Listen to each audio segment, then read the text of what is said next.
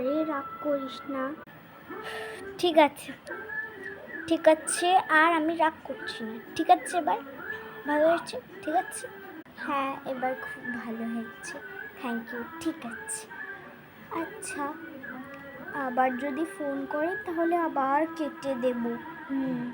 তো আরে তুই পাগল নাকি? তুই আবার ফোনটা কাটবি কেন? তুই এবার তুলবি। ঠিক আছে, এবার তুই আমাকে পাগল বললি, তো তোকে কি বলতে হবে? ঠিক আছে আমার বড়দি, ঠিক আছে,